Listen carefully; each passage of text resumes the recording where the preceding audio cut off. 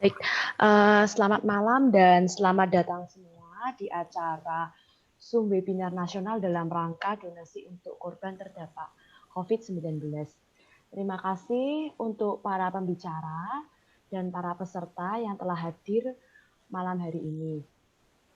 Puji syukur kita haturkan kehadirat Tuhan Yang Maha Esa karena atas berkat dan rahmat-Nya, kita semua dapat berkumpul di acara webinar pada malam hari ini.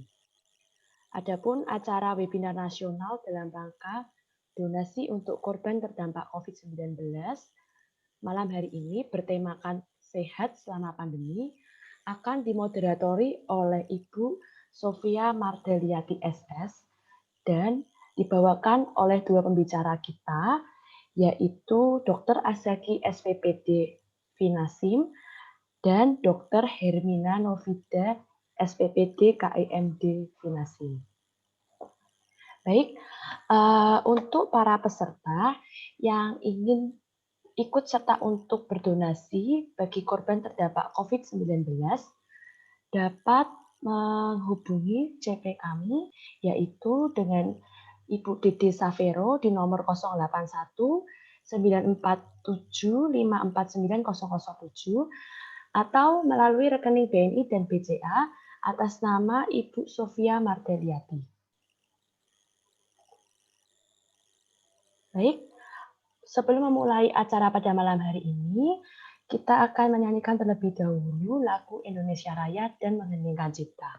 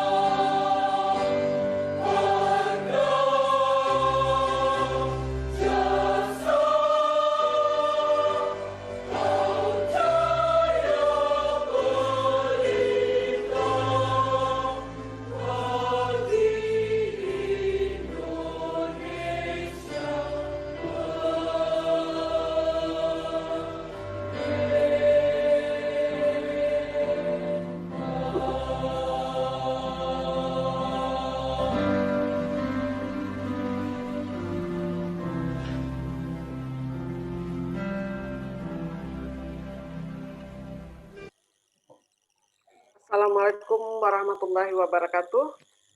Ketemu lagi Waalaikumsalam. kita dengan saya, Ibu Dede Safero, sebagai moderator di acara webinar Zoom meeting malam ini. Seperti biasa, pada malam ini kita menghadirkan dua narasumber, yaitu Dr. Azaki, SPP Devinasim dari RSUP Dr. Suraji Titonegoro Klaten, dan Ibu Dr. Hermina Novida dari staf pengajar penyakit dalam Fakultas Kedokteran Uner RSUD Dr. Sutomo Surabaya. Beliau berdua akan memberikan kepada kita, bisa dikatakan suatu sharing ilmu untuk kita yang awam, yang di luar dari dunia medik, itu bagaimana tentang COVID, bagaimana hidup sehat di pandemi COVID-19, dan juga mungkin kita nanti akan bisa lebih jelas bertanya bagaimana atau apa yang akan kita hadapi pada saat pandemi sekarang ini. Jadi hari ini kita sangat menarik topik yang akan dipaparkan oleh kedua narasumber kita. Kita mulai dari pertama kepada Bapak Dr. Azaki, SPP Devinasim. Beliau seorang dokter spesialis penyakit dalam pada RSUP Dr. Suraji Titonegoro Klaten yang sudah malam melintang di membicarakan masalah COVID ini.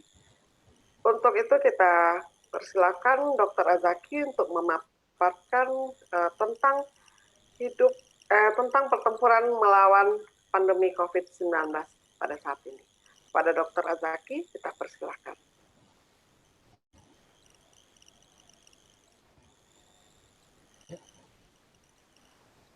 Terima kasih. Selamat malam, salam sejahtera untuk kita semua. Pada kesempatan ini, saya mengucapkan terima kasih kepada moderator, pada host, Bu Dede, Bu Dr. Febianti Rukmana, atas kesempatannya.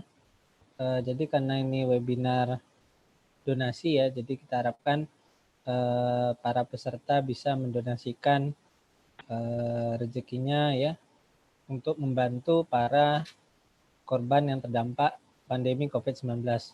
Ini sekilas saya akan men-share atau membawakan suatu tema yaitu tentang pertempuran melawan pandemi COVID-19. Jadi hampir setahun ya pandemi ini masuk ke Indonesia, sampai sekarang belum selesai, dan vaksinasi kita harapkan segera berakhir ya. Tapi tentu saja kita harus mengetahui hal-hal secara umum tentang pandemi ini supaya kita bisa bagaimana menyikapi pandemi ini ke depannya, terutama dengan pola hidup yang sehat. Oke, ini CV saya ya, saya di Rumah Sakit Umum Pusat Suraji Klaten. Ini rumah sakit Kementerian Kesehatan tipe A. Ya, sama seperti di Surabaya tipe A. Ini kita juga rumah sakit rujukan COVID, terutama di Provinsi Jawa Tengah. Ini secara sekilas ya, ini mungkin udah sering dibahas oleh banyak pembicara nasional lain. Bagaimana pembahasan tentang COVID-19, apa itu COVID, karakternya, bagaimana mengenali, bagaimana pencegahan, dan bagaimana menghadapi COVID-19. Ini COVID-19, jadi ini adalah suatu virus RNA ya. Jadi diameternya diperkirakan ini sekitar 125 ya nanometer. Kemudian ini bisa bertahan di permukaan, termasuk tangan, dan tidak mati dalam suhu 26 sampai 27 derajat Celcius. Kemudian corona itu sendiri berasal dari bahasa Latin yaitu mahkota.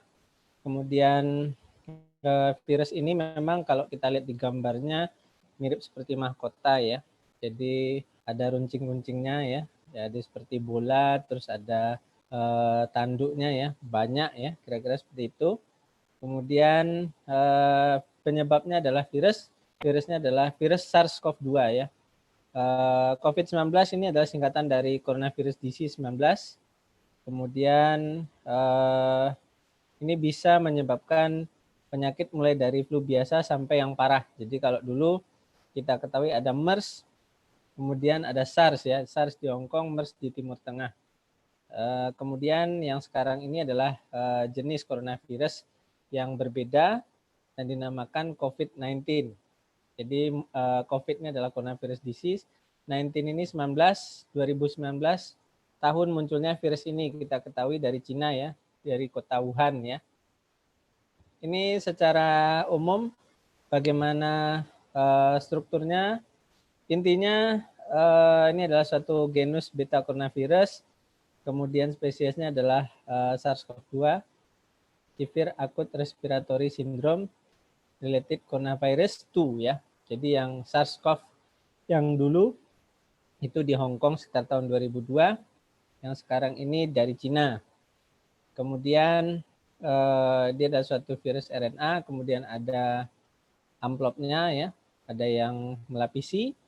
Kemudian ini adalah suatu beta coronavirus. Ini kita lihat ya, jadi dari WHO ini sebenarnya berbagai macam virus ya. Jadi ada dulu yellow fever, kemudian Zika, H7N9, Ebola, H1N1, H5N1 ya. Jadi ini virus-virus yang muncul sebelumnya ya, dan sempat juga menjadi pandemi. Ini bagaimana ceritanya ya? Jadi kalau dulu ada flu Spanyol ya, kita ketahui tahun 1918, kemudian ada flu Asia ya tahun 1957, H2N2, kemudian 1968 ini ada flu Hong Kong yang juga terkenal dulu H3N2, kemudian ada H1N1, ini adalah pandemic flu influenza A virus ya. Kemudian yang terakhir ini yang kita ketahui COVID-19 yang disebabkan oleh SARS-CoV-2 tahun 2019. Ini sekilas saja ya. Jadi ini sebenarnya zoonosis. Jadi dari hewan ke manusia, kemudian dari manusia ke manusia. Intinya seperti itu. Dan tentunya berkaitan dengan populasi, iklim, dan sebagainya, urbanisasi. Kita ketahui ya, mungkin dari luar ya, masuk ke kota, dari kampung ke kota ya. Misalnya ke Surabaya, ke Jakarta, ke Semarang ya. Ini meningkatkan risiko virus ini karena tersebar ya dari perjalanan atau transportasi. Kemudian asalnya ya. Jadi kalau dulu yang SARS-CoV itu dari luwak ya ke manusia. Kemudian yang MERS itu dari onta. Kalau yang sekarang ini pada binatang sebenarnya berbagai macam versi, tapi yang terakhir itu dikatakan itu dari terenggiling. Jadi intinya awalnya itu dari kelelawar ya. Kemudian ada intermediate hostnya yang berbeda-beda. Kalau SARS-CoV itu luwak, kalau MERS-CoV itu onta, kalau yang SARS-CoV-2 ini terenggiling. Jadi kalau di pasar Wuhan itu memang dijual berbagai macam hewan di pasar hewan di Wuhan itu ya. Jadi memang masih menjadi kontroversi sebenarnya dari mana manusia itu ketularan, maksudnya dari hewan apa. Ya ini orang makan kelelawar ya di sana di sup. Ini bedanya ya. Jadi ada SARS-CoV yang dulu di Hong Kong, kemudian yang SARS-CoV-2. Jadi dari dulu itu memang sudah ada sebenarnya virus corona ini, cuman bedanya di sini intermediate hostnya, kalau originnya sama-sama dikatakan dari kelelawar ya, ini seperti itu. Kemudian sama-sama menyerang S2 ya, jadi reseptor S2, reseptor ini tersebar di seluruh tubuh, jadi termasuk di saluran cerna, saluran nafas ya yang utama. Nah ini originnya dari kelelawar. Kemudian kalau yang SARS-CoV itu dari luwak ya. Kemudian camel ini onta, yang SARS-CoV-2 ini yang sebenarnya belum pasti ya. Tapi intinya sama-sama dari kelelawar awalnya ya. Ini ya kita lihat ya. Jadi bagaimana penularan dari hewan ke manusia, kemudian kontak erat, sehingga menular dari manusia ke manusia. Ya, kita lihat reseptor S2. Jadi virus ini dia meningkatkan ekspresi daripada S2 ya. Jadi ini reseptor ada di berbagai macam organ tubuh, baik di saraf pusat, paru, ginjal ya, pembuluh darah, usus, liver ya, kemudian juga di jantung. Inilah yang menyebabkan berbagai macam gejala yang ditimbulkan. Jadi tidak cuma sesak, tapi juga gejala-gejala lain seperti mual muntah dan sebagainya karena reseptor S2 ini ada di seluruh tubuh. Ini strain utama ABC ya. Cuman di Indonesia dikatakan strainnya non A, non B, non C ya. Jadi berbeda dengan strain yang di luar. Jadi ini strain utama dunia itu ada strain A, strain B, strain C. Indonesia dikatakan di luar strain ini. Tapi ya kita harapkan saja vaksinasi yang barusan kita laksanakan untuk para tenaga kesehatan bisa sukses ya, walaupun strain kita berbeda dengan yang di luar. Ini bagaimana penularan atau transmisi? Ya ini kita lihat jadi berupa droplet, jadi droplet di udara, kemudian ini bisa mengenai orang, kemudian juga bisa menempel di benda mati terus menular, jadi dipegang kemudian memegang wajah akhirnya ketularan. Jadi intinya inilah kenapa kita perlu menjaga jarak, kemudian juga memakai masker karena semburan daripada batu atau bersin berupa droplet ini bisa mengenai orang yang sehat atau bisa mengenai benda mati yang kemudian jika tersentuh itu bisa menyebabkan orang sehat tertular. Ini droplet airborne ya. Jadi sebenarnya airborne-nya berbeda dengan TB ya. Kalau TB itu adalah bakteri, jadi kumannya melayang-layang di udara. Tapi kalau yang ini dia terbatas ya. Jadi tidak, sebenarnya dengan menjaga jarak kita bisa mencegah tertular. Ini bagaimana dia bertahan di berbagai benda ya. Jadi di plastik bisa berhari-hari, kemudian di kertas juga, di kaca. Ada yang juga cuman sekian jam di tembaga. Jadi sebenarnya kalau kita membersihkan benda-benda ini ya kita bisa menghindari tertular virus ini. Ini gejalanya macam-macam ya. Jadi demam, batuk, lemah ya, dengan sesak, pusing, diare, pilek. Intinya adalah gejalanya bervariasi mulai dari ada yang dikatakan OTG orang tanpa gejala sampai gejala yang berat gitu. Kalau berat ya tentunya sesak nafas, bisa sampai penurunan kesadaran ya, gagal nafas dan sebagainya. Ini alur pemeriksaan. Jadi intinya adalah gold standarnya adalah real time PCR ya. Jadi dari swab nasofaring nanti akan kita bisa mendeteksi virus ini bisa kedeteksi ya ada tidak virus SARS-CoV-2 di tubuh seseorang dari swab PCR ini ya di nasofaring.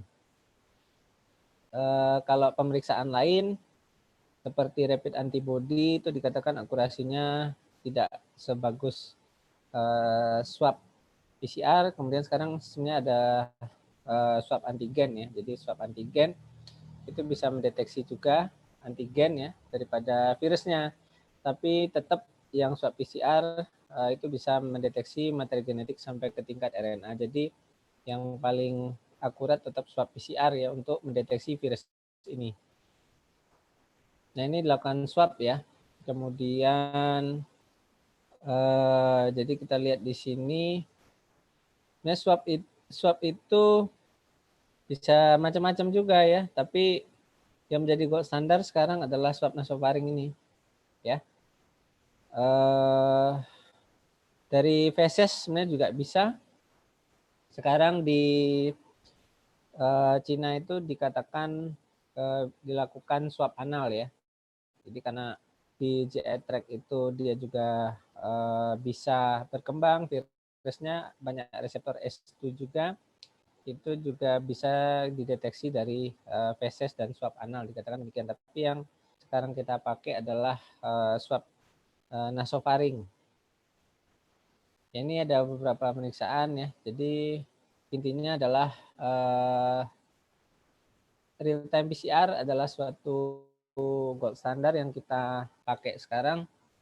Kalau sekarang itu ada alat Genos yang dibuat oleh UGM, itu katanya bisa mendeteksi, tapi untuk akurasinya tentunya masih perlu kita teliti lebih lanjut ya, karena apabila nanti false positif, ini dikhawatirkan akan menyebabkan misdiagnosis. Ya, makanya kita sementara tetap memakai pemeriksaan real time PCR dari swab nasofaring. Ini rapid ya. Jadi intinya kalau rapid antibody ini akurasinya tidak begitu tinggi. Jadi masih bisa false positif, false negatif. Tetap kita melakukan real time PCR dari swab nasofaring ya.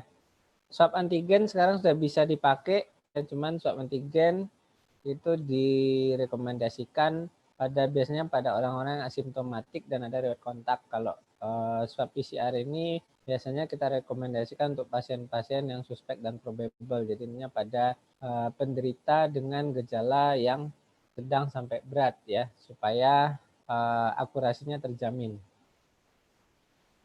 Bagaimana cara menghadapi COVID? Hand hygiene ini udah sering kita laksanakan, sebenarnya cuman ada prakteknya karena virus ini sangat berkaitan dengan kebersihan.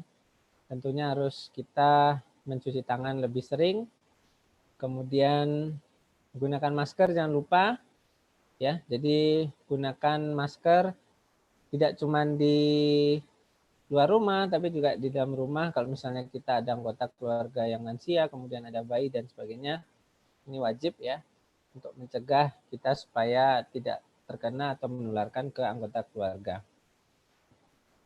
Jaga jarak aman 1-2 meter ya.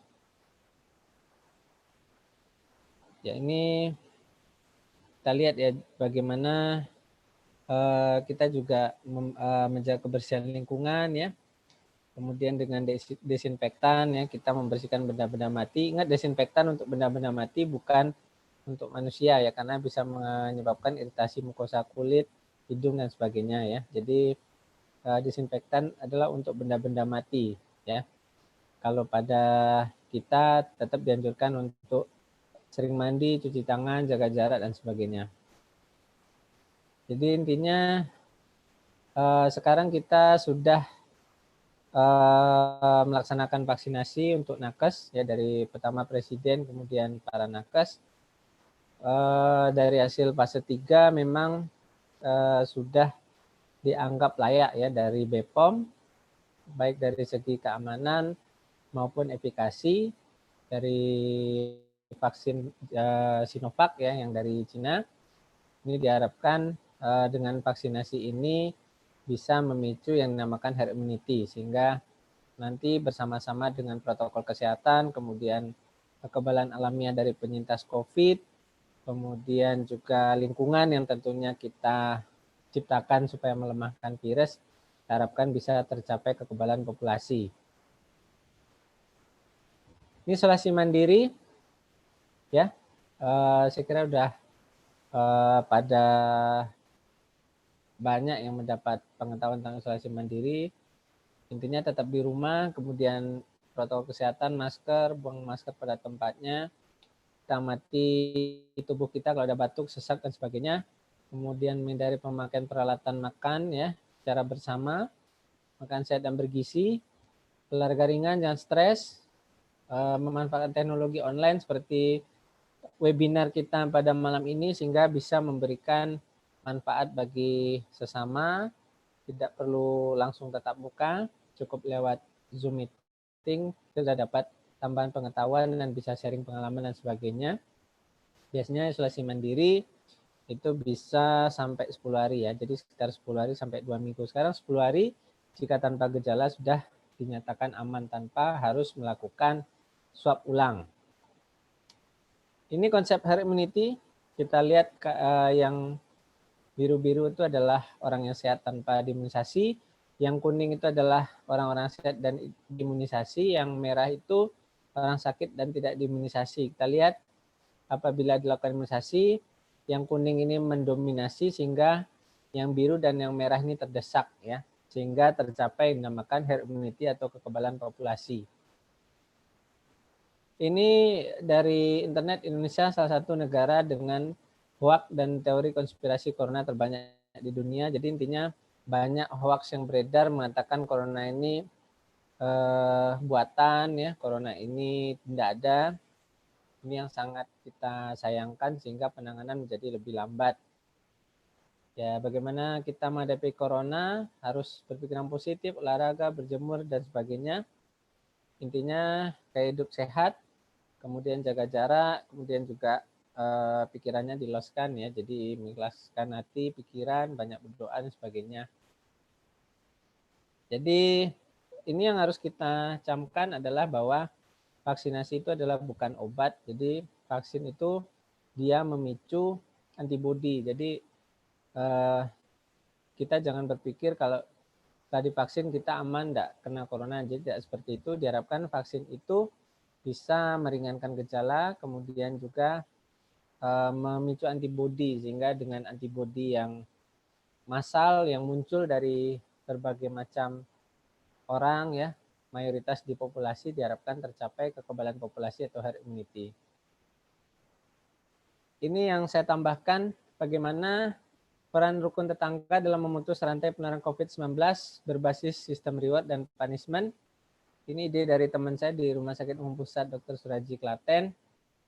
Jadi latar belakangnya adalah pasien terkonfirmasi positif COVID semakin hari semakin naik. Di satu sisi fasilitas kesehatan sudah kewalahan. Tadi saya sempat ngobrol sama Dr. Hermina di Surabaya, ICU-nya sudah full ya, di Klaten juga sudah kelabakan. Jadi di sini sudah ada yang menolak tambahan pasien COVID karena terbatasnya SDM, ruang dan peralatan. Di sisi lain masyarakat semakin abai dalam menjalankan protokol kesehatan. Belum ada reward dan punishment bagi RT yang warganya tertib dan tidak tertib dalam mematuhi protokol kesehatan COVID. Ini tujuannya adalah semua warga dalam satu RT lebih optimal dalam mengawasi warga 24 jam dalam mematuhi protokol kesehatan, baik di rumah, lingkungan RT, dan di luar lingkungan RT. Pemutusan rantai penularan COVID tentunya akan lebih berhasil dibandingkan sistem pembiayaan bebas tidak terbatas bagi pasien COVID yang dianut saat ini. Tata caranya, satu RT diberikan alokasi biaya perawatan pasien COVID ya. Jadi misalnya 100 juta dalam 1 tahun, terhitung pasien mendapat pelayanan mulai dari 1 Januari sampai dengan 31 Desember, anggap seperti itu. Kemudian pasien mendapatkan pelayanan COVID-19 gratis dari pemerintah harus menyertakan surat pernyataan ketua RT dan 2 pemuka agama di RT yang bersangkutan ya, bahwa pasien tersebut patuh terhadap protokol kesehatan. Jadi harus ada surat pernyataan ya. Kemudian saat pasien COVID pulang dari fasilitas pelayanan kesehatan, baik tes, rawat jalan, rawat inap, ketua RT diberikan tembusan biaya per kedatangan. Jadi apabila alokasi 100 juta tersebut terlampaui untuk merawat warga RT yang bersangkutan, maka pasien berikutnya akan membayar biaya perawatan kesehatan sendiri. Apabila alokasi tersebut tidak terlampaui, pemerintah akan mentransfer selisihnya ke kas RT bersangkutan ya, sebagai penghargaan dalam usaha semua warga mematuhi protokol kesehatan. Atau lebih simpel, baik administrasi RT maupun fasilitas kesehatan dan penyemangat untuk warga agar taat dan disiplin protokol kesehatan. Uang 100 juta ditransfer di awal tahun sebagai kapitasi untuk membayar pelayanan COVID selama tahun 2021. Bila tidak cukup, maka pasien berikutnya akan membayar sendiri, tidak dibiayai pemerintah ya. Kemudian biaya total 100 juta tersebut tidak termasuk dalamnya pembiayaan untuk nakes, Satgas COVID-19, TNI Polri, dan lain-lain yang bertugas dalam penanggulangan COVID-19 di RT yang bersangkutan ya. Pemerintah pusat menyediakan aplikasi database terpusat membuat data alokasi biaya perawatan. Kemudian apabila ada kelebihan total pembiayaan per RT, maka pasien RT yang berikutnya akan biaya sendiri dalam mendapatkan pelayanan COVID.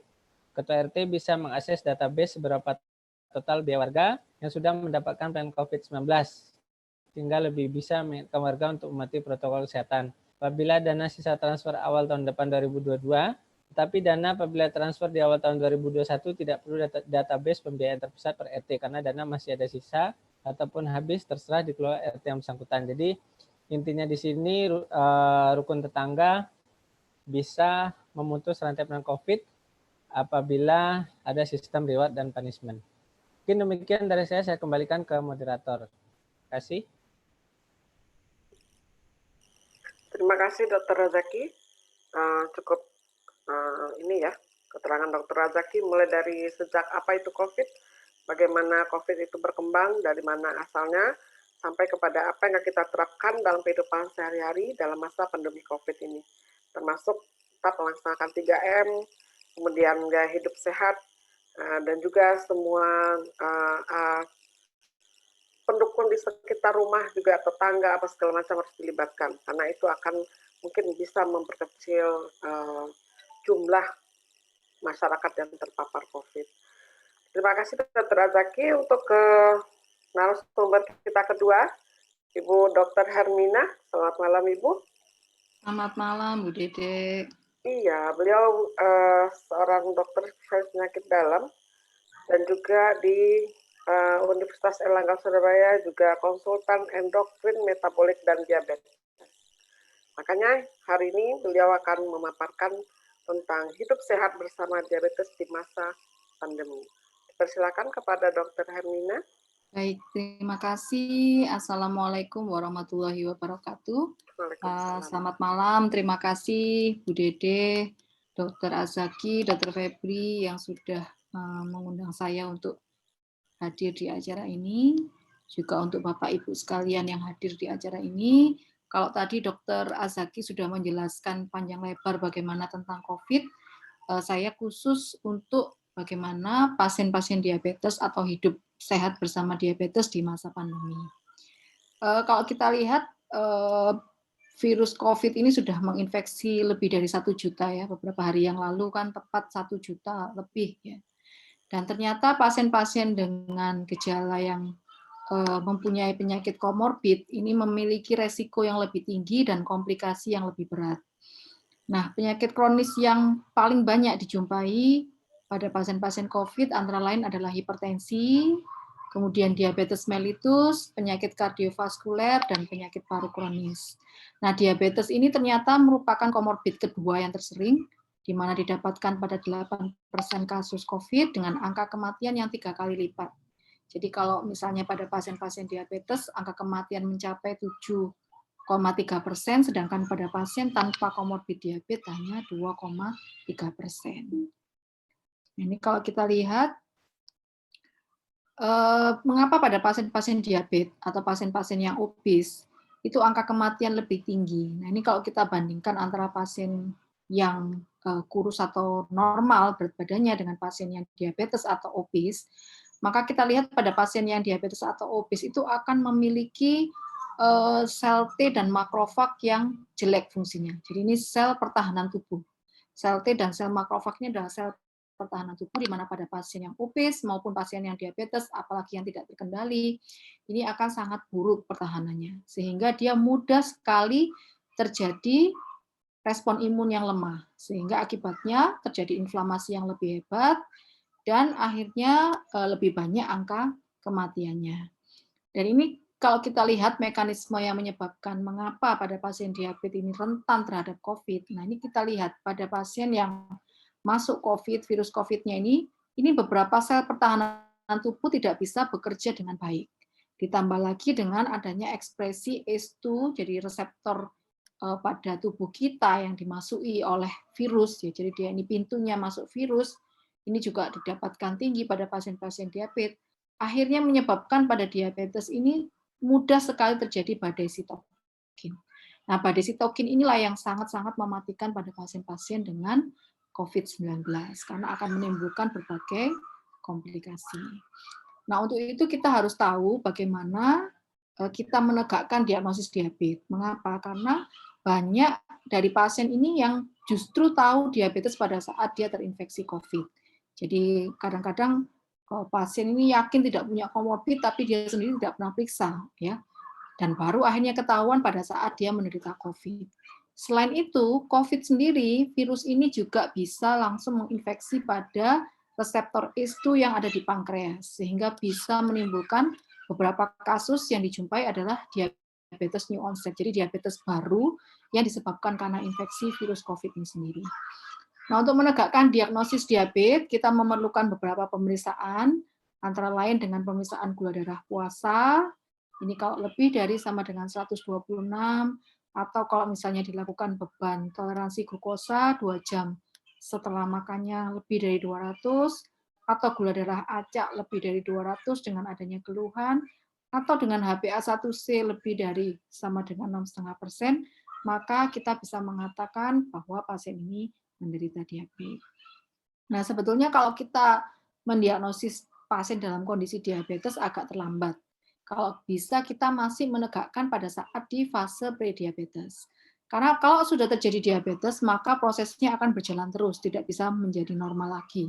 Tapi kalau misalnya kita menegakkan masih pada fase prediabetes, masih ada kemungkinan pasien ini bisa kembali menjadi normal.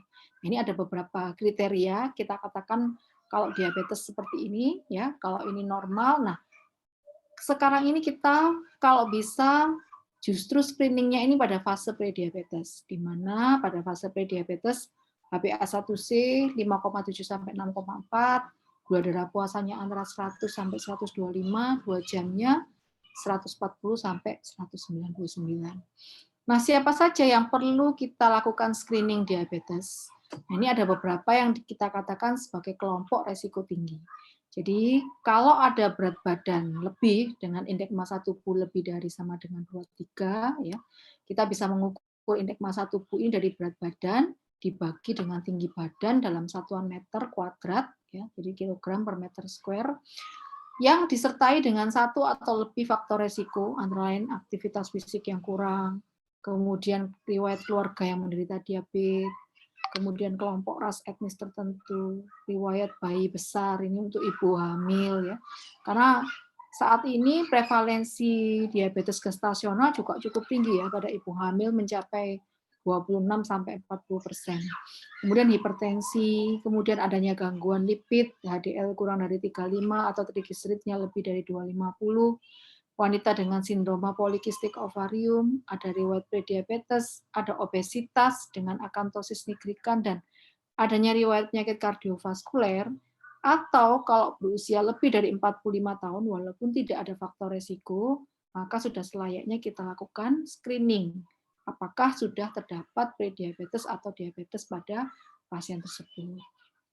Nah, kalau misalnya memang sudah ada diabetes, bagaimana agar pasien diabetes ini bisa gula darahnya terkontrol dengan baik, apalagi selama di masa pandemi ini. Jadi kita perlu menegakkan 5 pilar diabetes, antara lain edukasi, kemudian diet, olahraga, kontrol baik itu dengan monitor gula darah, maupun konsultasi teratur untuk disiplin menggunakan obat ataupun insulin. Nah, kalau pasien diabetes ini bisa mencapai target pengobatan dengan baik, maka dia akan bisa seperti orang normal atau lebih sehat dibandingkan orang normal yang tidak kontrol. Jadi kita harus punya target pada saat mengobati pasien diabetes, yaitu indeks massa tubuhnya ideal, tekanan darah harus di bawah 140/90, HbA1c kurang dari 7, gula darah sebelum makan 80/130, 2 jam setelah makan kurang dari 180, dan juga harus terkendali lipidnya. Jadi pada pasien-pasien diabetes kita tidak bisa hanya mengobati gulanya saja, tapi juga harus dengan lipidnya dan tekanan darahnya. Kenapa? Karena sebagian besar mortalitas pasien diabetes itu disebabkan karena penyakit kardiovaskuler. Nah, ini langkah-langkah pencegahan untuk penyandang diabetes di masa pandemi. Yang pertama harus teratur minum obat dan menjaga pola makan. Nah, ini yang kadang-kadang sering dilupakan karena mungkin akses ke rumah sakit sulit ya, sehingga tidak mendapatkan obat atau kehabisan obat. Nah, ini sangat berbahaya untuk pasien diabetes. Kemudian lakukan physical distancing ya. Jadi memang masker saja tidak cukup, tapi juga harus menjaga jarak, mencuci tangan, sekarang ditambah lagi ya, menghindari kerumunan jadi 5M, yang 3M jadi 5M. Kemudian sering mencuci tangan, hindari menyentuh wajah, hidung, dan mata. Nah, ini yang harus kita hati-hati, karena sering sekali sudah pakai masker, tapi masker dipakai tidak benar. Kemudian lupa ngucek-ngucek hidung atau ngucek-ngucek mata. Kemudian hindari menyentuh permukaan yang sering disentuh pada pada tempat umum. Kemudian rutin untuk membersihkan dan disinfeksi rumah. Dan ini yang paling penting untuk pasien diabetes. Jadi rutin untuk memeriksakan gula darah di rumah. Jadi kalau pasien diabetes sebaiknya di masa pandemi ini paling tidak punya alat gula darah sendiri ya untuk melakukan monitoring. Karena sering kita dapatkan nih pasien diabetes karena tidak rutin kontrol karena takut ke rumah sakit ya, akhirnya datang dalam kondisi komplikasi akut diabetes seperti ketoasidosis atau ada infeksi atau terinfeksi COVID sendiri dengan kadar gula darah yang tidak terkendali. Kemudian perbanyak minum air putih, ya kecuali kalau ada batasan, misalnya karena penyakit jantung atau penyakit ginjal. Dan bila ada tanda-tanda sakit atau gula darah meningkat, segera berkonsultasi dengan dokter. Nah ini sering saya dapatkan di tempat praktek pasien diabetes ini. Memang COVID ini 1000 wajah ya. Kadang-kadang kalau pada pasien diabetes dia tidak ada gejala demam. Saya beberapa kali mendapatkan keluhan pasien ini hanya ada yang mual, ada pasien yang keluhannya hanya sulit tidur, tapi ternyata pada saat datang itu dengan desaturasi dan gula darah yang sangat tinggi. Nah ini kita harus hati-hati. Dan jika menunjukkan adanya gejala demam, batuk pilek, atau sesak, segera hubungi hotline COVID yang terdekat. Dan untuk penyakit lain selain diabetes, misalnya hipertensi atau penyakit ginjal atau ada komorbid yang lain, sebaiknya stay at home ya. Kemudian tingkatkan daya tahan tubuh sebaik mungkin, paling tidak harus cukup tidur, ini yang paling penting ya, 6-8 jam paling tidak sehari, karena tidur yang cukup itu akan meningkatkan imunitas tubuh ya. Kemudian makan makanan yang bergizi. Nah, ini kadang-kadang karena masa pandemi sulit untuk keluar rumah dengan mudah, kadang-kadang akhirnya memilih makanan yang cepat saji atau makanan yang frozen food, ini juga kurang baik. Kemudian untuk suplemen vitamin bisa dikonsultasikan dengan dokter Anda. Sering cuci tangan, jika tidak memungkinkan dengan hand sanitizer, physical distancing, dan gunakan masker. Dan saran saya kalau untuk pasien diabetes, minimal menggunakan masker bedah, jangan menggunakan masker kain. Dan penggunaan masker bedah juga harus dengan benar, supaya betul-betul bisa melindungi dari infeksi COVID ini sendiri. Nah ini kalau sudah terlanjur terinfeksi bagaimana? Kalau sudah terlanjur terinfeksi, cari pertolongan medis secepatnya, apalagi kalau ada gejala pernafasan. Kemudian jangan hentikan obat tanpa berkonsultasi dengan dokter. Jadi teruskan, baik itu obat oral ataupun injeksi insulin. Kalau misalnya nanti gejalanya ringan atau sedang dengan kadar gula darah yang stabil, mungkin obat tadi bisa dilanjutkan. Tapi kalau infeksinya berat, perlu perawatan di rumah sakit, mungkin nanti dokter akan menyesuaikan lagi dengan dosis yang baru. Kemudian cek kadar gula darah secara teratur, apalagi kalau tidak enak badan, juga kita cek adanya kemungkinan hipoglikemia. Dan kalau keadaan memburuk, segera mencari pertolongan emergensi, dan sebaiknya untuk melakukan pemeriksaan kadar gula darah dengan ketat, paling tidak 2-3 kali per hari untuk memperhitungkan fluktuasi gula darah selama sakit. Nah, bagaimana dengan vaksinasi pada pasien diabetes mellitus? Rekomendasi PABDI, pasien diabetes ini layak divaksin dengan catatan pasien ini adalah pasien diabetes tipe 2 yang terkontrol dengan HbA1c di bawah atau sama dengan 7,5%. Karena harapannya pasien yang seperti ini dianggap seperti pasien yang sehat, jadi bisa memberikan respon imun yang adekuat dengan pemberian vaksin. Namun untuk penderita lain kita masih menunggu rekomendasi lebih lanjut. Dari PB Perkeni, jadi Perhimpunan Dokter Konsultan Endokrin, ini mengusulkan bahwa vaksin COVID ini layak diberikan pada pasien diabetes tipe 2 yang tidak memiliki kontraindikasi umum, jadi tidak ada alergi misalnya terhadap komponen vaksin, kemudian tidak sedang mengalami dekompensasi metabolik, istilahnya tidak sedang sakit berat, ya, atau mengalami infeksi yang akut, misalnya ada infeksi luka di kaki atau ada infeksi paru, dan edukasi untuk pentingnya mencapai target glikemik yang diharapkan. Kenapa? Karena kalau kita lihat kalau gula darah tinggi tadi, maka tentaranya itu tidak akan bisa bekerja dengan optimal. Otomatis kalau divaksin juga tidak akan memberikan respon imun yang adekuat, sehingga kita upayakan supaya pasien diabetes segera mencapai target glikemik yang diinginkan untuk mencapai efektivitas vaksin. Saya rasa ini slide saya yang terakhir. Terima kasih. Wassalamualaikum warahmatullahi wabarakatuh. Waalaikumsalam warahmatullahi wabarakatuh. Terima kasih Bu Dr. Hermina. Kepada Bapak Ibu yang partisipan Zoom kita malam ini, kita berikan session tanya jawab, boleh lewat chat room atau mungkin bisa langsung ke narasumber kita. Kepada siapanya itu boleh diberitahu kepada kita sebagai moderator, nanti kita akan sampaikan, atau melalui chat room juga bisa. Untuk session pertama kita persilakan, mungkin ada waktu yang mau bertanya dengan Dr. Azaki atau dengan Dr. Hermina, apakah tentang pertempuran melawan pandemi COVID seperti yang Dr. Azaki paparkan tadi, atau tentang hidup sehat bersama diabetes di masa pandemi. Mungkin sudah ada yang mulai bertanya, Bapak Ibu? Sudah di chat room sepertinya belum ada.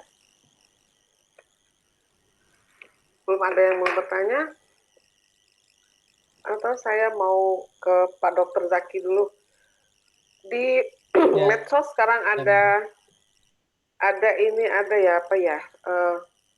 ada share ke medsos itu mulai 5 Februari ada nggak harus swab, ada dari UGM yang membuat itu Genos T19 itu bagaimana? Kan itu katanya dari UGM, Dr. Kuat Triana, penemu genus pengendus COVID-19. Nah, itu tanggapannya Dr. Zaki dari sebagai yang di UGM itu seperti apa? Apakah ini betul atau apa fungsinya yang ini? Apa bedanya dengan tes yang sekarang antigen segala macam diterapkan itu? Terima kasih. Ya, terima kasih. Alatnya Genos itu ya, jadi dari nafas ya. Ya, jadi Genos T19 memang itu. Kalau dari Kementerian Kesehatan memang sudah di-approve ya, jadi sudah di ACC ya, intinya seperti itu. Cuman ini menurut teman saya, salah satu kreatornya ya, Dr. Hakim PhD, itu memang dibutuhkan publikasi internasional yang untuk bagaimana supaya bisa diterima ya secara global, ini seperti itu. Jadi untuk sebagai gold standar tentunya harus membutuhkan pengakuan luas secara internasional, kemudian juga bagaimana nanti akurasinya dibandingkan dengan swab PCR. Saya kira ini suatu inovasi yang bagus, karena kita ketahui swab PCR itu sakit ya, saya sering di swab PCR. Nah, intinya dengan Genos ini diharapkan ini bisa merupakan pemeriksaan diagnostik yang intinya non-invasif, tidak menyakitkan ke pasien, dan juga hasilnya diharapkan cepat ya. Kalau swab PCR bisa 1-3 hari, kalau yang ini katanya 30 menit aja udah ketahuan ya. Ya, kita harapkan kalau memang alat ini bagus yang dari UGM ini ya kita bisa terapkan ya untuk gold standar pemeriksaan diagnostik daripada COVID-19. Tapi tentunya kita juga siap-siap, karena semakin cepat diagnostiknya bisa jadi pasien semakin banyak ini. Jadi kita para nakes juga harus siap-siap kalau memang alat ini ternyata bisa digunakan secara luas, diakui oleh dunia internasional. Tapi tentunya memang harus lewat publikasi ilmiah yang diakui ya tentunya di luar, karena katanya di luar itu sudah pernah mengembangkan alat serupa, tapi tetap sampai sekarang yang menjadi gold standar tetap swab nasofaring ya untuk pemeriksaan PCR, polymerase chain reaction. Ya, mungkin demikian dari saya. Terima kasih. Terima kasih Dr. Zaki. Jadi kita juga bisa, mungkin saya sebagai orang awam juga bisa menerangkan kalau ini loh yang keluar sekarang Nah, nanti lebih akuratnya kita mesti menunggu lagi dari para ahli untuk membuat ini lebih nyaman dan itu bisa diakui oleh dunia internasional kalau memang itu nyaman. Ada pertanyaan dari Bapak Sahril dari UNP. Pertanyaannya adalah, mungkin ini untuk Dr. Azaki, apakah orang yang sudah divaksin masih bisa terinfeksi virus corona, Dok? Terima kasih. Terima kasih Pak Sahril. Pak Sahril ya dari Padang. Jadi intinya tetap bisa ya Pak Sahril. Jadi kalau walaupun kita sudah divaksin itu tetap bisa terinfeksi COVID-19 karena tentunya vaksin ini bukan obat ya. Jadi saya tegaskan lagi vaksin ini bukan obat. Jadi bukan berarti setelah divaksin kita bebas ya. Karena setelah divaksin justru kita harus tetap menerapkan protokol kesehatan. Jadi kalau PHBS-nya pola hidup bersih sehatnya tidak baik, kemudian kita misalnya ngucek-ngucek wajah, nah ini tetap bisa kemasukan virus. Tapi vaksin ini gunanya adalah untuk memicu antibodi. Jadi diharapkan dengan vaksin ini muncul antibodi bagi orang yang sehat.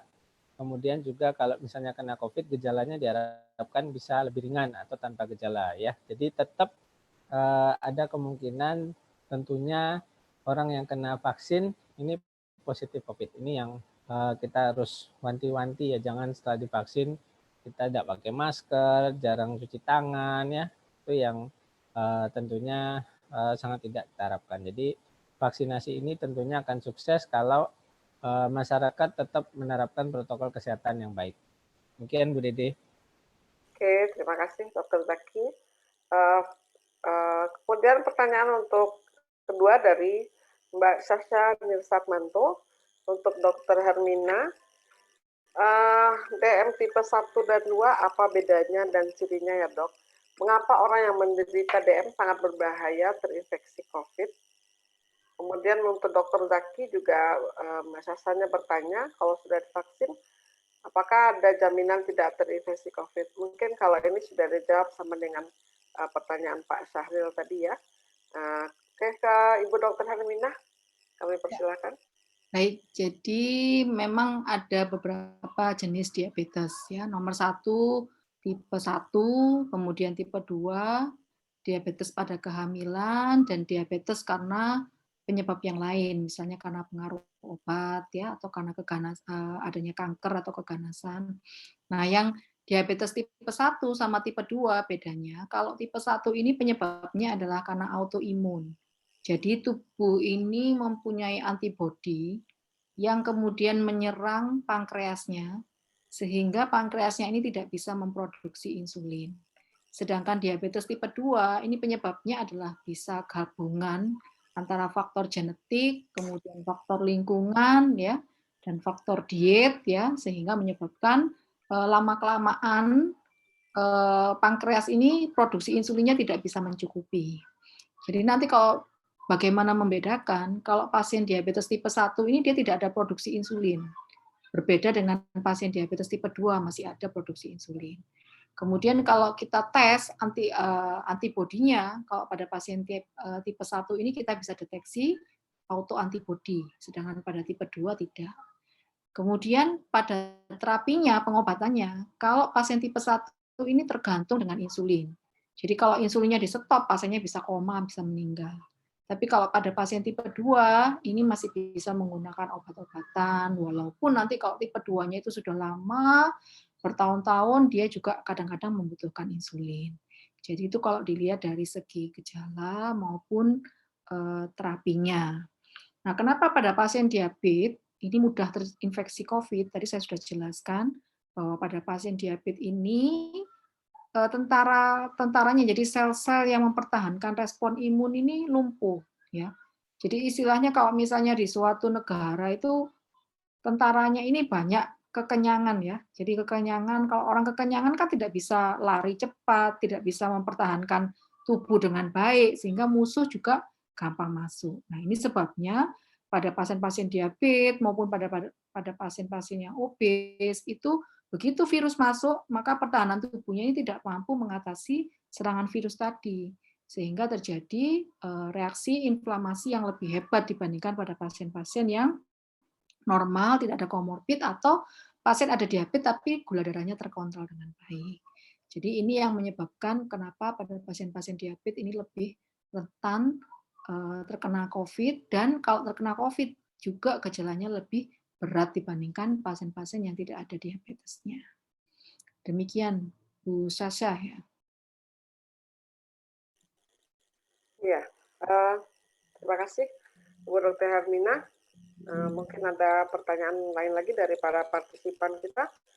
Mumpung kita masih banyak waktu, dipersilakan untuk bertanya. Jangan nanti nanya-nanya sendiri jadi bingung juga ngejawabnya seperti apa. Ibu Hermina, itu kan faktor dari penderita diabetes itu lebih besar resikonya untuk COVID. Nah itu kalau misalnya orang yang tadi kan ada yang memang ada yang dari turunan diabetes itu. Nah itu biasanya mana yang lebih apa ya? Maksudnya saya itu bagaimana kalau misalnya dia tidak ada turunan, cuman dia di saat diperiksa begitu dia ada gejala COVID dia baru ketahuan dia diabetesnya, apakah itu juga risikonya besar? Ya, jadi memang pada kasus-kasus COVID sendiri itu bisa menimbulkan pasien-pasien diabetes baru. Jadi yang awalnya dia tidak ada diabetes, karena virusnya tadi juga masuk juga ke reseptor ACE2 yang ada di pankreas, sehingga muncul diabetes yang sebelumnya tidak ada dan baru terinfeksi pada saat dia terinfeksi COVID. Ini beberapa kasus dilaporkan. Cuman yang paling banyak adalah pasien-pasien yang sebelumnya ini prediabetes atau sebelumnya tidak pernah kontrol, begitu menderita COVID, ternyata gula darahnya akan meningkat. Dan ini memang hampir semua pasien diabetes yang sedang mengalami infeksi akut, tidak hanya COVID sebetulnya ya, baik itu misalnya kalau ada kakinya luka atau kalau ada infeksi yang lain, dia akan naik gula darahnya. Ini sebagai respon tubuh. Ya. Memang respon tubuh ini dalam kondisi infeksi ada hormon-hormon antiinflamasi yang bekerja seperti kortisol, steroid, ya. Ini yang dia akan bekerja menekan insulin, sehingga insulinnya tidak bisa bekerja dengan baik. Juga obat-obatan COVID sendiri seperti dexamethasone ini kita tahu dexamethasone ini akan meningkatkan gula darah. Jadi memang pada pasien-pasien COVID ya kita sebaiknya itu juga memeriksakan kadar gula darah pasien. Itu yang pertama. Kemudian faktor mana yang lebih berperan? Apakah keturunan, ataukah lingkungan, atau diet ya itu semua juga ikut berperan. Jadi pada orang yang jadi tidak hanya satu faktor saja yang menyebabkan diabetes, tapi faktor genetik ya. Kalau misalnya salah satu orang tua menderita diabetes atau kedua-duanya menderita diabetes, maka resiko anaknya otomatis lebih besar dibandingkan yang tidak ada orang tua menderita diabetes. Tapi dia tidak mengikuti hukum Mendel. Jadi misalnya bapaknya diabetes, nanti anak perempuan yang diabetes, atau ibunya yang diabetes, anak laki yang diabetes. Dia tidak mengikuti hukum seperti itu. Jadi hanya mengikuti kalau misalnya ada salah satu orang tua yang menderita diabetes, maka anaknya kemungkinan jadi diabetes lebih besar dibandingkan kalau tidak ada yang orang tuanya diabetes. Tapi tidak berarti bahwa tidak ada orang tua yang diabetes, anaknya tidak diabetes. Banyak pasien-pasien saya ini yang sebetulnya orang tua tidak ada riwayat diabetes, tapi dia bisa muncul diabetesnya. Kenapa? Karena tadi yang berperan ini tidak hanya faktor genetik, tapi juga faktor dietnya. Kemudian juga faktor lingkungan ya. Kalau stresnya tinggi, tidak pernah olahraga, tidur kurang, gaya hidup tidak sehat, otomatis juga resiko untuk diabetesnya lebih tinggi dibandingkan yang misalnya pola hidupnya sehat, walaupun mungkin ada faktor genetik ya. Orang tua mungkin ada yang diabetes, tapi karena dia menjaga pola makan, menjaga pola hidup, mungkin akan lebih terkendali atau lebih tidak diabetes dibandingkan yang tidak terkontrol dengan baik gaya hidupnya. Demikian. Oke, terima kasih Bu Dokter. Mungkin di sini juga tadi pertanyaan dari Mbak Sasha juga ada nih, Dok, DM karena faktor genetik, apakah polanya dari ibu ke anak laki-laki dan sebaliknya? Mungkin tadi juga sudah diterangkan oleh Bu Hermina, karena tidak harus ibu karena laki-laki atau bapak karena perempuan sebaliknya. Mungkin sudah terjawab ini dengan komplit. Untuk Pak Dr. Zaki, pertanyaannya kalau sudah divaksin, apakah ada jaminan tidak terinfeksi COVID lagi, kata Mbak Sasa? Itu mungkin bagaimana, mau dijawab atau? Ya ini Bu Dokter ya, Sri Sunarti, ini ahli lingkungan ya. Makasih Bu Sasa. Ya intinya tetap bisa ya. Jadi nggak ada jaminan, tadi sudah saya bilang, saya katakan sebelumnya ke Pak Saril ya. Jadi tetap ada kemungkinan kena COVID, jadi tetap kita jangan lega dulu. Habis divaksin terus kemana-mana bebas ya, ini sangat tidak kita harapkan. Karena yang divaksin baru nakes ya, Bu ini ya, Hermina ya. Jadi baru nakes. Ini gelombang berikutnya yang lebih besar ini sebenarnya untuk masyarakat umum. Jadi kalau nakes sendiri sudah selesai, nanti masyarakat umum juga kita harapkan partisipasinya untuk vaksinasi dan tetap menjaga pola hidup bersih sehat sebelum dan setelah divaksin. Jadi harapan kita dengan vaksinasi ini bisa membantu tercapainya kekebalan populasi dan juga supaya gejala pada penderita COVID atau apabila kita terkena COVID bisa lebih ringan ya. Jadi intinya tidak ada jaminan setelah divaksin itu kita tidak terkena COVID. Mungkin demikian, makasih. Terima kasih Dr. Zaki. Untuk Ibu Hermina juga dari Mbak Syasha lagi, gaya hidup yang seperti apa ya Dok yang dapat menyebabkan DM, dan apakah karena terlalu banyak makan gula atau tepung yang bisa menyebabkan DM itu? Silakan Ibu Dr. Hermina. Ya, jadi tentu saja karena memang diabetes tipe 2, ya yang tipe 2 ya, kalau tipe 1 itu tidak terpengaruh karena memang dia autoimun ya.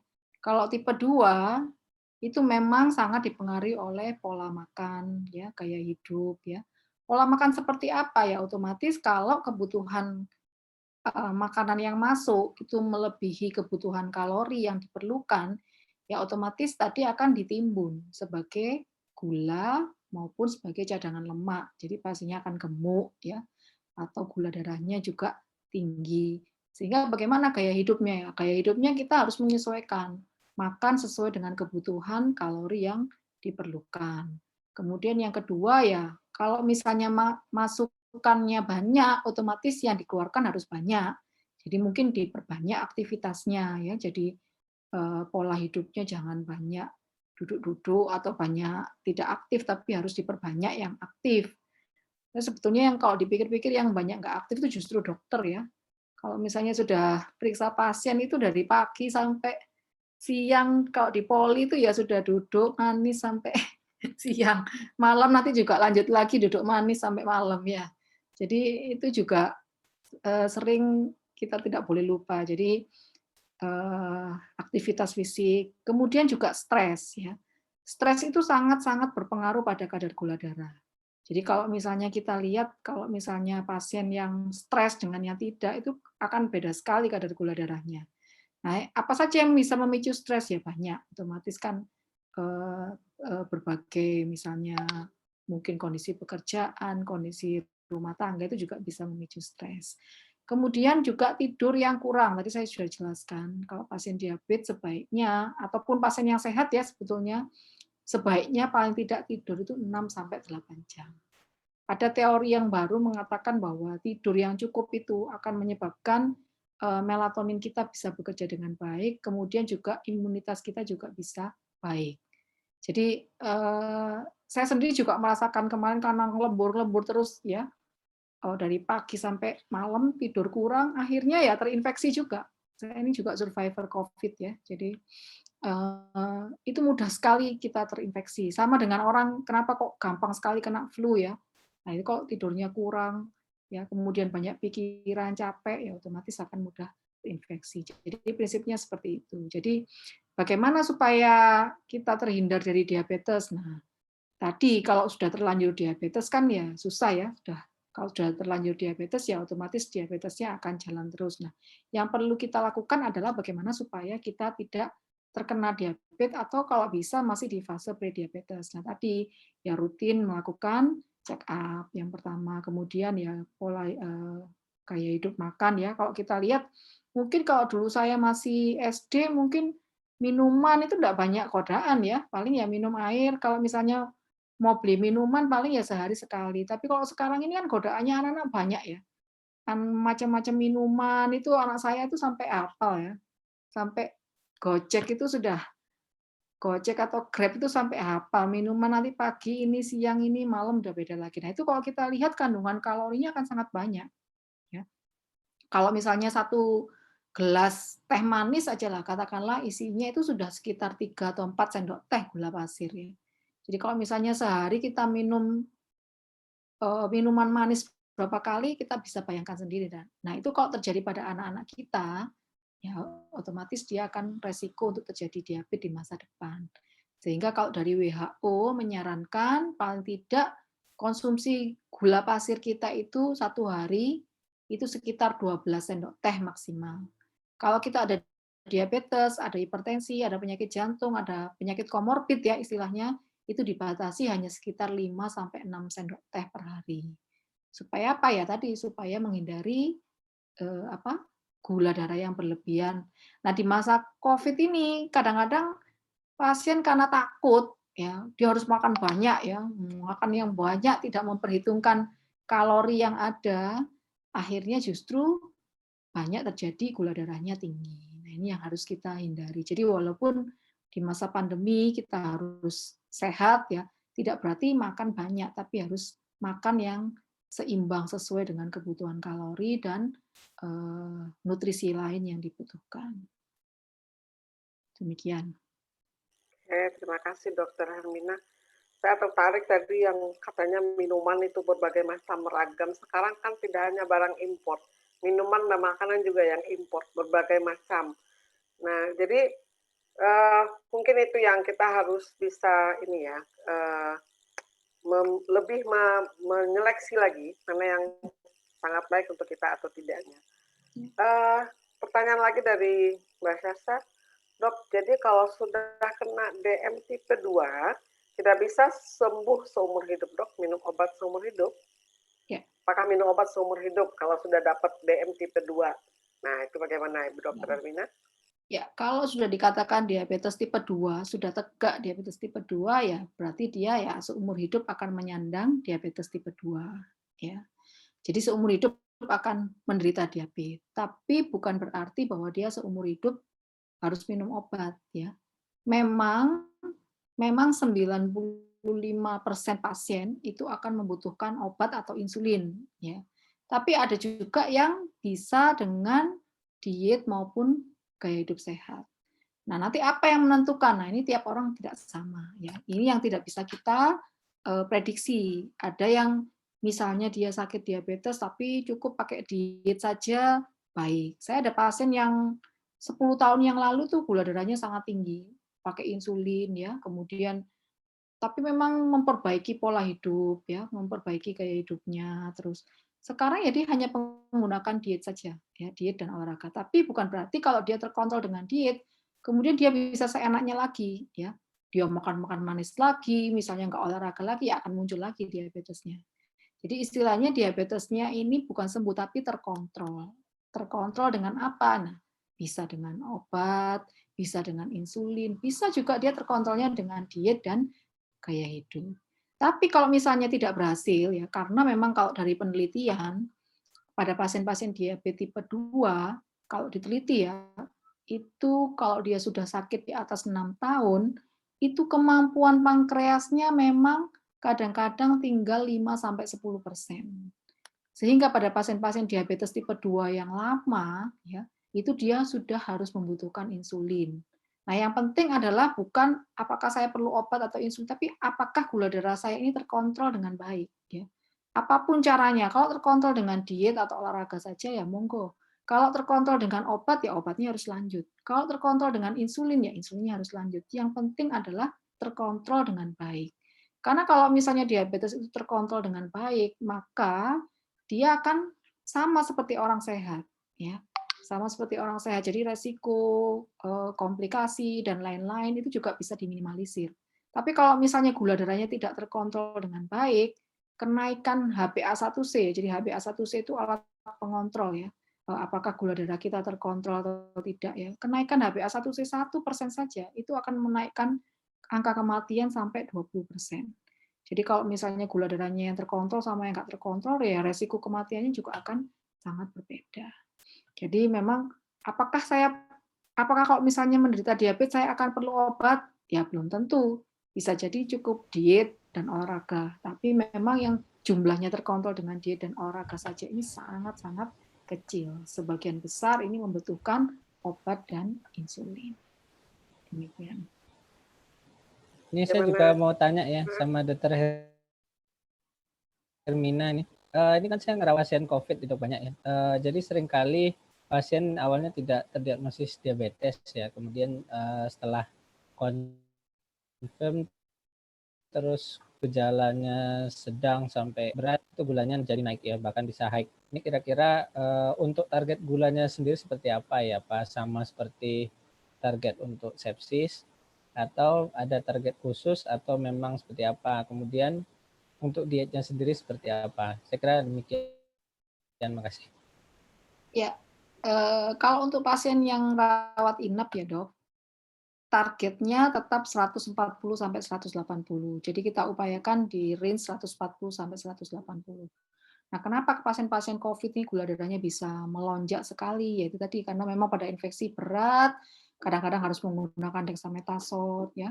Kemudian juga kadang-kadang infeksi yang berat sendiri ini juga akan meningkatkan kortisol, endogen sehingga akan menekan insulin ya. Jadi kita memang akan mengupayakan bagaimana sebisa mungkin pasien ini segera mencapai target gula darah yang diinginkan. Nah, nanti bagaimana dengan pada pasien saat pulang ya? Ini yang kritikal ya.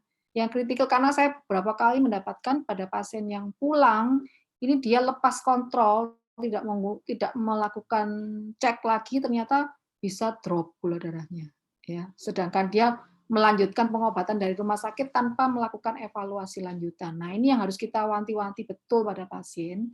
Pada saat dia pulang, kita harus betul-betul menyesuaikan lagi obat maupun insulin yang diberikan. Itu yang pertama. Kemudian yang kedua, memesankan betul-betul kalau misalnya ada gejala-gejala hipoglikemi. Karena itu enggak satu dua, saya beberapa kali itu mendapatkan pasien-pasien yang post-op karena COVID itu masuk ke rumah sakit lagi karena hipoglikemia. Jadi kita harus memperhitungkan pada saat penyakitnya ini sudah baik ya, COVID-nya sudah teratasi, maka pasien ini akan kembali pada kondisi awal di mana mungkin akan turun gula darahnya. Nah, ini yang harus kita perhitungkan betul pada saat kita memulangkan pasien COVID dengan diabetes.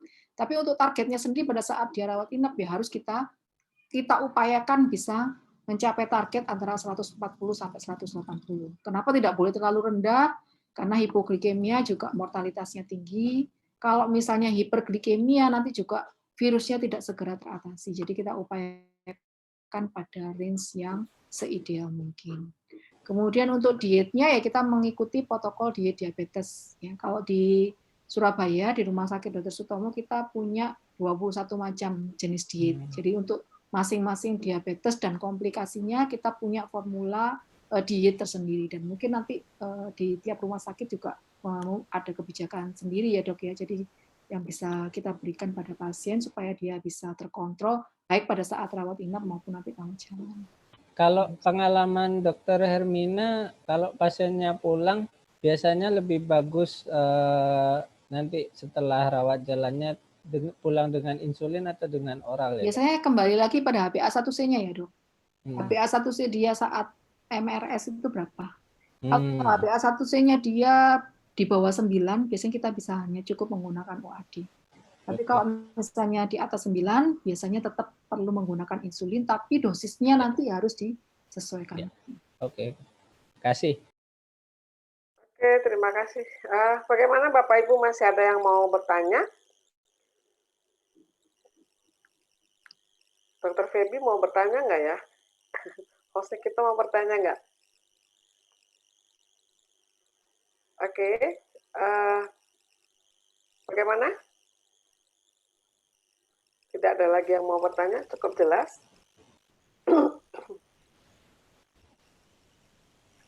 Tidak ada ibu-ibu, Mbak Sasa sudah ini keluar unek-unek bertanya.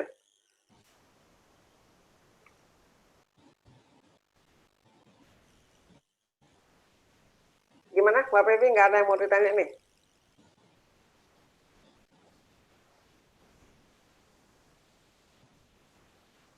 Di Semarang gimana di Semarang?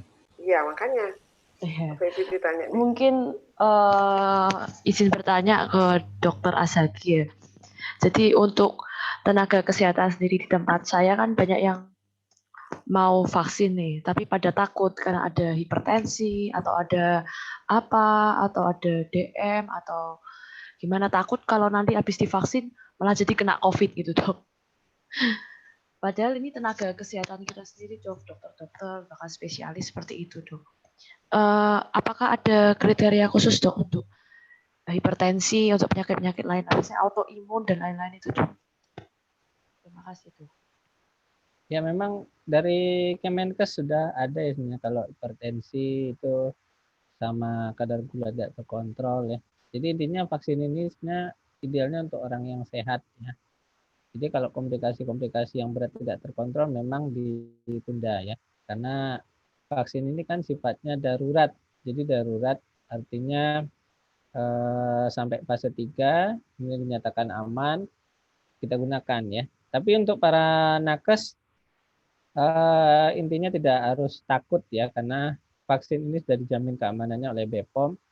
Ini dari PABDI sendiri, kemudian dari ID memang kita harus di sini kita harus menggalakkan dan mengedukasi teman sejawat termasuk masyarakat supaya mau divaksin karena vaksin ini salah satu usaha kita untuk mengatasi pandemi ini. Intinya seperti itu. Jadi kalau misalnya kondisi autoimun yang berat memang kontraindikasi ya. Kemudian juga penyakit-penyakit lain ya. Jadi misalnya gula darah tidak terkontrol, hipertensi, gangguan ginjal, ya memang ada kontraindikasi-kontraindikasi untuk vaksin dan memang untuk lansia belum diberikan karena yang Sinovac ini uji klinisnya usia 18 sampai 59 ya. Jadi bukan kita menyimpulkan lansia tidak divaksin, tapi memang untuk vaksin ini uji klinisnya tidak mencakup lansia sehingga memang lansia nanti dulu divaksin. Mungkin nanti untuk vaksin berikutnya ada yang bisa untuk lansia karena uji klinisnya juga dilakukan pada lansia. Jadi intinya seperti itu. Kemudian juga tadi ya vaksin tidak menjamin negatif COVID, tetap perlu protokol kesehatan dan vaksin ini intinya 2 kali ya penyuntikannya, hari pertama kemudian hari ke-14. Jadi vaksinnya beda-beda ya. Jadi tiap vaksin berbeda ya range untuk penyuntikan pertama dan keduanya. Jadi kira-kira demikian ya Dr. Feby. Jadi saya kira tidak perlu takut divaksin, sudah jelas indikasinya apa, kontraindikasinya seperti apa. Dan kalau untuk penyintas memang tidak divaksin ya. Jadi kalau Dr. Hermina tidak divaksin ya. Jadi intinya penyintas ini karena dia dikatakan sudah punya antibodi. Jadi kalau penyintas riwayat sedang sampai berat itu dikatakan titer antibodinya malah lebih bagus ketimbang orang sehat yang divaksin. Saya masih mau cek dulu dok antibodinya. Oh ya siap. Moga-moga ini ya bagus. Ya, mungkin demikian Feby ya. Jadi tidak perlu takut divaksin. Ya. Iya dok. Oke Mbak Feby. Dokter Azhagi, mungkin ada memang kriteria yang tidak boleh divaksin itu memang dikeluarkan oleh Depkes. Cuman kalau saya nggak salah, apakah yang punya asam lambung? Nah itu bisa nggak divaksin itu? Rasanya saya juga pernah baca yang ada masalah lambung itu tidak divaksin. Nah itu bagaimana?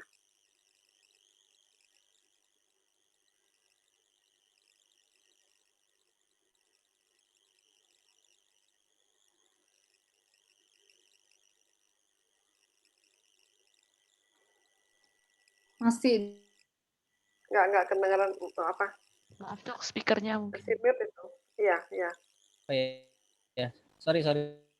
Jadi intinya yang tidak divaksin yang pernah terkonfirmasi COVID, kemudian ibu hamil dan menyusui, kemudian menjalani terapi jangka panjang ya, penyakit kelainan darah, penyakit jantung, autoimun ya, penyakit ginjal, saluran pencernaan kronis. Nah, ini yang termasuk. Jadi kalau sakit mah biasa, maksudnya tidak menahun seperti Crohn disease, colitis ulceratif itu memang ini tetap divaksin ya. Kemudian penyakit kanker, kelainan darah, kemudian juga adanya ISPA dalam beberapa hari terakhir sebelum vaksinasi, HIV yang CD4-nya rendah, ya diabetes mellitus tidak terkontrol, kemudian penyakit paru yang kronis. Jadi kemudian penyakit beberapa hari kejadian sebelum divaksinasi itu memang tidak divaksin. Jadi kalau gangguan saluran cerna yang ringan seperti MAH biasa ya.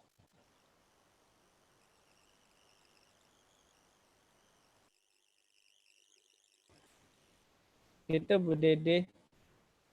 Oke, makasih Dokter Zaki. Karena ini kan kalau sekarang ini kan vaksin itu untuk nakes dan usia di bawah manula. Jadi kebanyakan kan sekarang penyakit anak-anak milenial nih kan mereka pada sibuk pasti asam lambung naik lah segala macam. Jadi kan kita bisa nanti dia bilang oh saya asam lambung nggak boleh divaksin segala macam. Nanti mending kita nanya jadi kita bisa memberikan kepada mereka masukan kalau misalnya dia tidak terlalu akut untuk di lambung mungkin masih bisa untuk dapat vaksin ini. Bagaimana Bapak Ibu masih ada? Saya lihat dulu.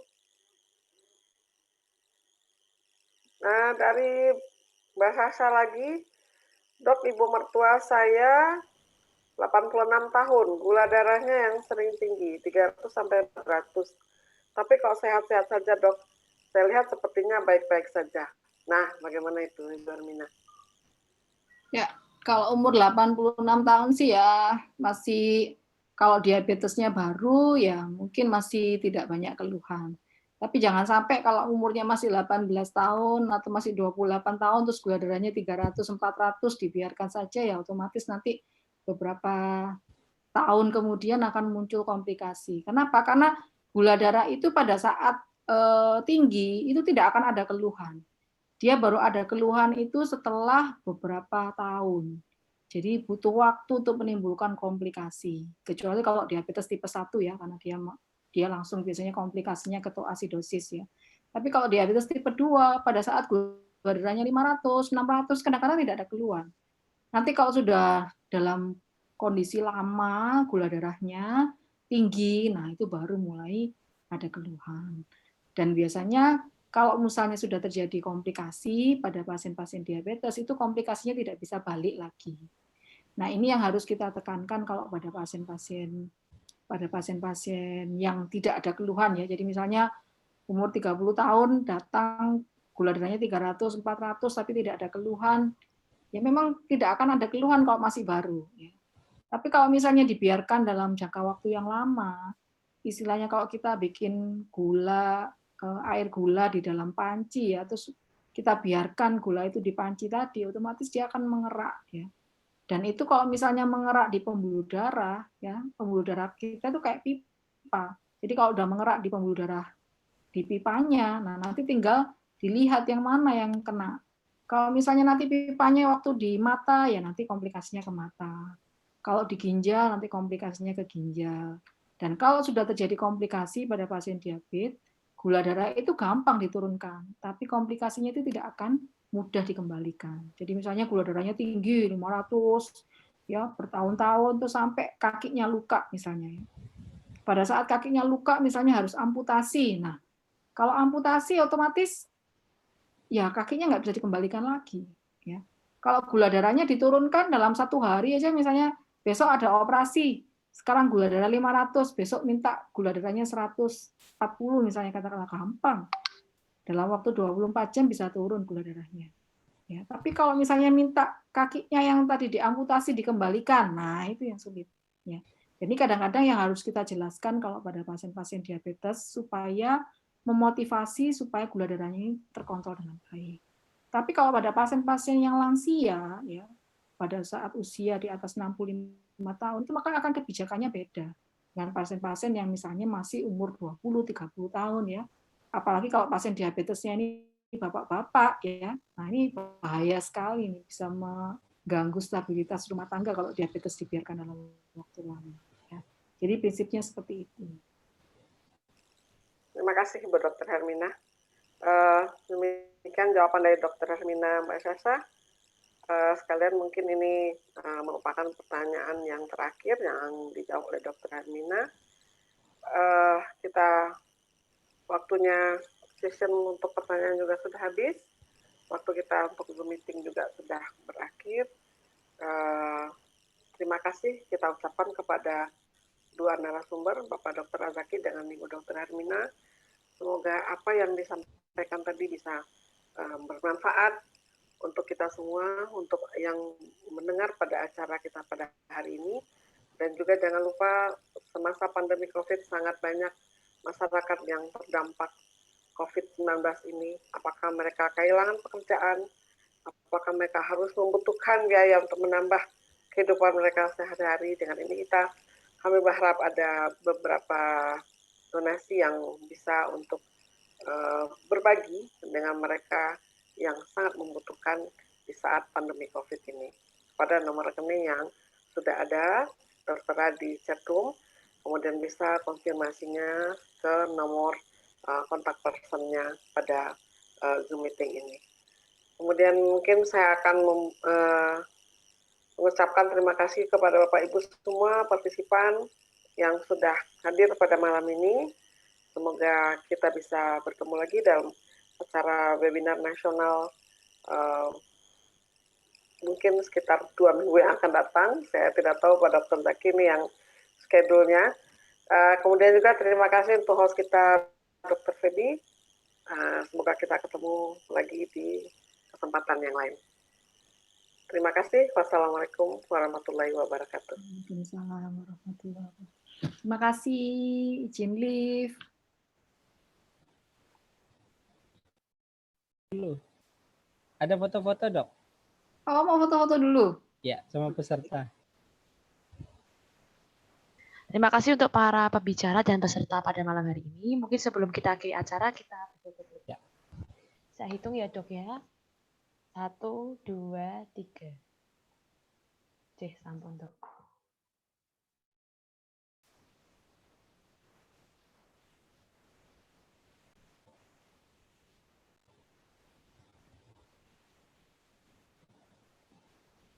Sudah, Dokter.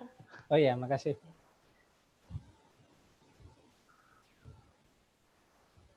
Thank you. Baik, Dokter. Terima kasih untuk semua peserta dan pembicara. Ya. Monggo, Liv. Terima kasih semua.